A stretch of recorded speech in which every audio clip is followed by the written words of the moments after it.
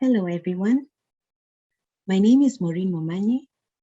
I'm the community health lead for UNICEF, based at our headquarters office here in New York.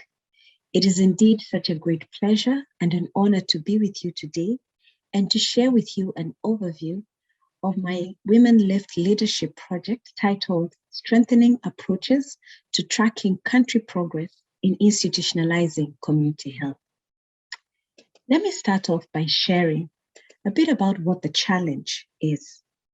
Despite the global consensus that community-based primary healthcare with community health workers at the core is essential to achieving universal health coverage, many community health programs are not only ad hoc, they are subscale and function suboptimally, which limits their impact and fails to yield the expected return on investment. As countries continue to fight the COVID-19 pandemic, and including the rollout of the vaccine, it is an opportune moment for us to revisit this agenda, to push for the strengthening and institutionalization of community health systems.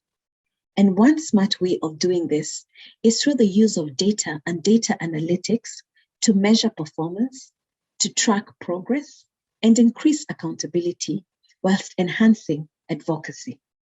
However, when you look into the space of community health measurement, you will find a plethora of tools and approaches often used at country level in a fragmented way, which detracts from their value addition and fails to hold state and non-state actors accountable. Now, I see an opportunity here, and in my current role, I am seizing the momentum to lead the convening of actors to coordinate and harmonize various community health performance measurement metrics and approaches and enhance their application in select priority countries.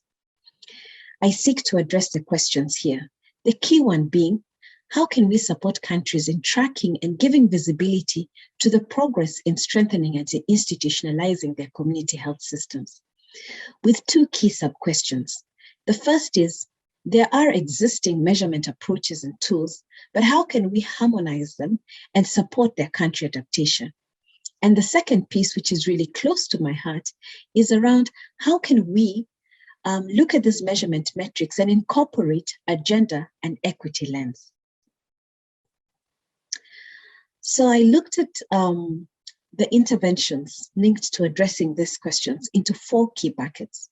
The first is to undertake a desk review of the existing community health measurement metrics, where we were able to identify 11 major tools and then map these against existing health system levers and include a gender and equity lens on them. And then map these tools and approaches at the same time against project implementation cycle stages. The third bucket is around conducting stakeholder consultations on the utility of each of the approaches, looking at the intersections and gaps. And here the stakeholders included both the authors of these tools as well as the end users at country level. And then finally, jointly develop an integrated approach to measurement that incorporates both a gender and equity lens for in-country deployment. So what are the lessons and how has the journey been? Right from inception, it was clear that I needed to rally a team of stakeholders from within and without. Drawing lessons from the inclusive leadership modules on leading with purpose and amplifying others' voices, I was able to do this.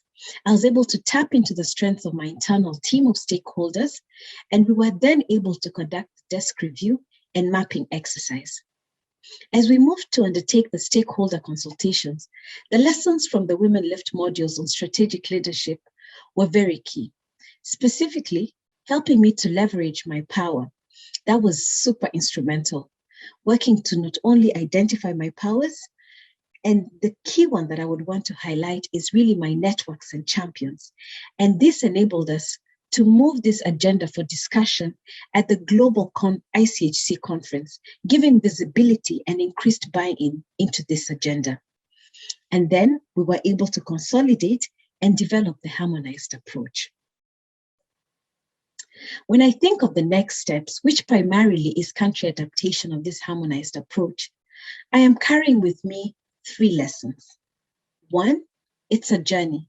So I need to fuel my resilience and consciously know when and how to recharge. I need to 2, leverage my power. As I've spoken about, top of my list are my networks and champions. I cannot tell you over and over again how this was so key for me in moving not just this leadership project, but it was part of my growth trajectory through the year, because I have really been passionate about influential leadership. And this asset of networks and champions has really been top of my agenda. And so as I move forward, I'm leaning on growing, maintaining, and tapping into these networks. And then 3rd, leverage the current global momentum and entry points. Looking ahead, there's one strategic one that I have identified, which is the current momentum on the health workforce agenda that has really grown over the past couple of years, and specifically on the mapping of community health workers, using this as an entry point for bringing measurement and the measurement agenda onto the table. And linked to this, I leave you with a quote that hinges on community health measurement from one of the champions in this space, Margaret, who is a community health worker from Kenya, who spoke recently on the agenda of counting community health workers, where she said, if we are not counted, then we do not exist. This truly fuels my energy and helps me stay resilient on this journey. Thank you.